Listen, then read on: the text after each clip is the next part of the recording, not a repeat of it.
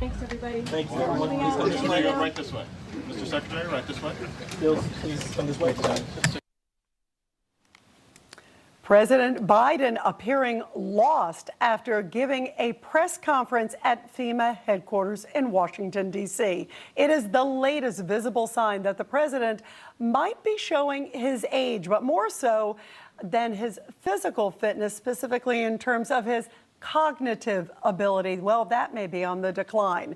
Despite the White House's assurances to the contrary, how long will it take till they acknowledge that it looks like Joe Biden potentially is unable to make decisions that affect millions and impact the entire planet as we know it? He is the commander-in-chief of the United States. Well, here with us to talk about all of this and address this issue is internist for Custom Care Medical, Dr. Frank Concessa. It is great to have you here, Doctor. You know, when you see this moment, how do you establish, what do you think is going on with President Biden? I've known him, by the way. I met him the first time, by the way, in the 1980s when I was in college.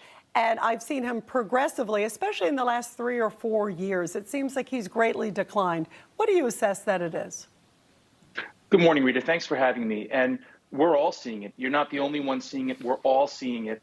I think earlier on, there was an occasional moment where, there'd be a blunder or a blooper and they'd say, oh, it's just Joe. This is, it's the way he is and he stutters and this and that.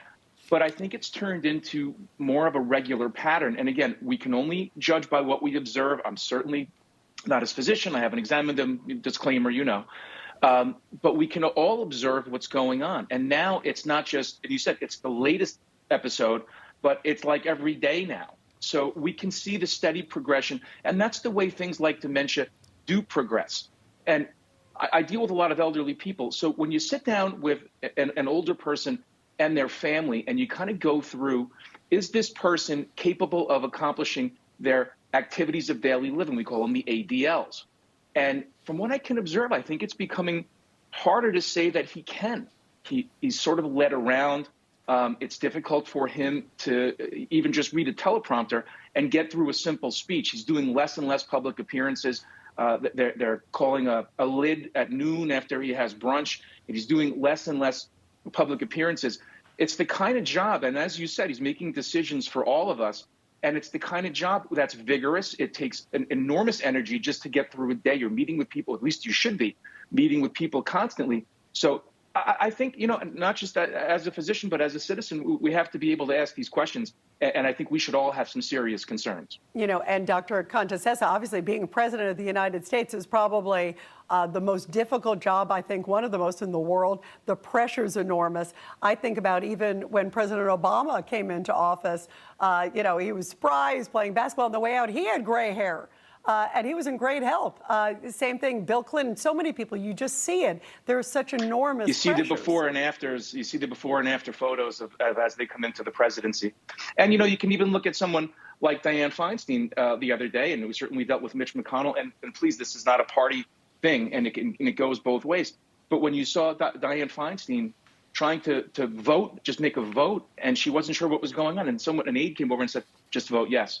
That's very concerning. This person's supposed to be making decisions for us. I mean, did she read the bill? Does she know? Do any of them read the bill? So I think it's fair for us to ask these questions, and we should be able to have access to their full information, full medical data, and they should be subject to a competency test above a certain age, because it's not just age, it's competency. There are plenty of older people who are extremely competent.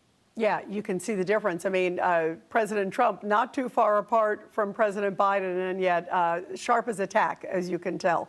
So you're right, it's not an age, it's a competency thing. And that's one of the things that Nikki Haley, of course, GOP candidate's also talking about.